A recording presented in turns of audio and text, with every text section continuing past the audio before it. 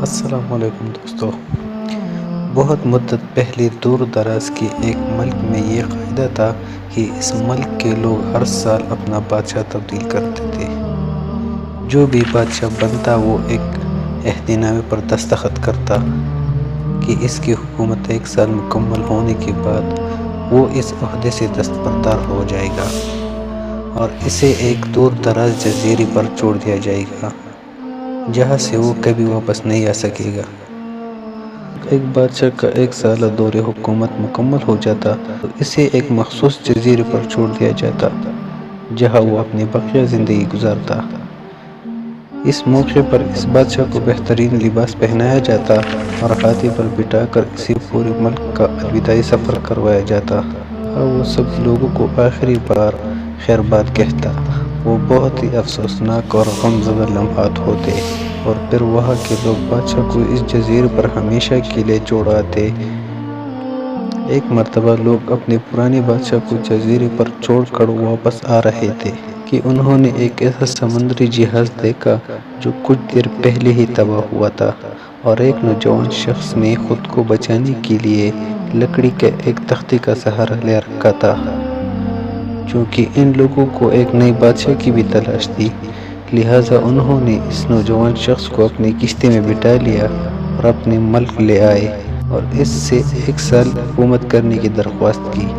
پہلے تو وہ نوجوان نہ مانا، لیکن پھر وہ 1 سال کے لیے بادشاہ بننے پر رضامند ہو گیا۔ وہاں کے لوگوں نے اسے بادشاہت کے تمام اصول اور طریقے سمجھا دیے اور یہ بھی بتایا کہ 1 سال کے بعد وہ اسے فلاں مخصوص جزیرے پر چھوڑ آئیں گے۔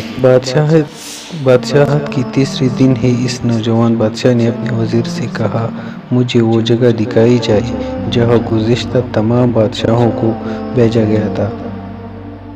بادشاہ کی خواہش کا احترام کرتے ہوئے اسے وہ جزیرے دکھانے کا اہتمام کیا گیا۔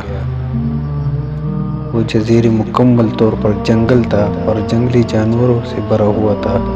ان جانوروں کی آوازیں جزیرے کے باہر تک سنائی دے رہی تھیں۔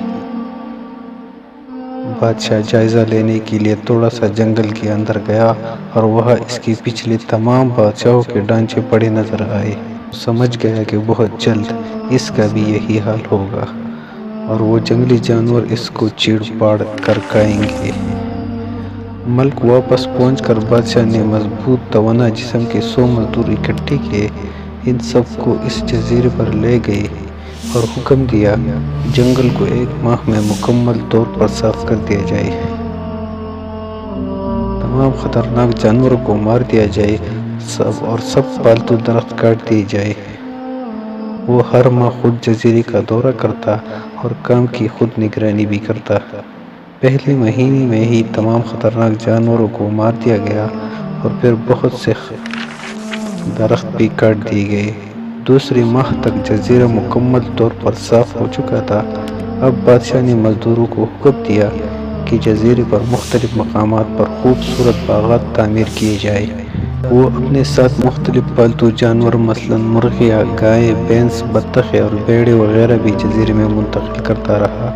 تیسرے مہینے میں بادشاہ نے اپنے مزدوروں کو حکم دیا کہ ایک شاندار گھر تعمیر کریں اور اس جزیرے پر ایک بڑی سی بندرگاہ بھی بنائیں۔ گزرتے مہینوں کے ساتھ ساتھ وہ جزیرے ایک خوبصورت شہر میں بدلتا جا رہا تھا۔ وہ نوجوان بادشاہ بہت سادہ لباس زیب تن کرتا اور اپنی ذات پر بہت کم خرچ کرتا۔ اپنی بادشاہت کی زیادہ تر کمائی وہ جزیرے کو بنانے میں لگاتا رہا۔ 10 ماہ گزر جانے کے بعد بادشاہ نے اپنے وزیر سے کہا، میں جانتا ہوں کہ 2 مہینے بعد مجھے جزیرے میں چھوڑ دیا جائے گا، لیکن میں ابھی سے وہاں جانا چاہتا ہوں۔ وزیر اور دوسرے وزراء اس بات پر متفق نہیں ہوئے اور بادشاہ سے کہا، آپ کو 2 ماہ مزید صبر کرنا ہوگا تاکہ سال مکمل ہو جائے۔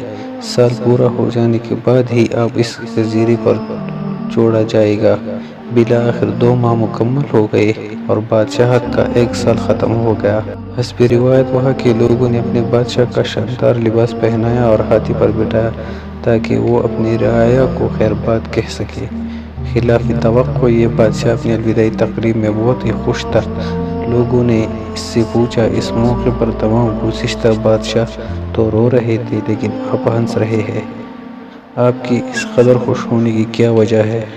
اس نوجوان بادشاہ نے جواب دیا، تم لوگوں نے دانا کا وہ قول نہیں سنا۔ جب تم ایک چھوٹے بچے کی صورت میں اس دنیا میں آتے ہو تو تم رو رہے ہوتے ہو اور باقی لوگ سب ہنس رہے ہوتے ہیں۔ ایسے جیو کہ جب تم مرو تو تم ہنس رہے ہو اور باقی دنیا رو رہی ہو۔ میں نے ایسی ہی زندگی گزاری ہے۔ جس وقت تمام بادشاہوں محل کے رنگینیوں میں کھوئے ہوئے تھے تو میں اس وقت اپنے مستقبل کے بارے میں سوچتا تھا اور اس کے لیے لائے عمل تیار کرتا تھا۔ میں نے اب اس جزیرے کو ایسی خوبصورت قیام گاہ میں تبدیل کر دیا ہے جہاں اب میں اپنی باقی زندگی نہایت چین اور آرام اور سکون سے گزار سکوں گا۔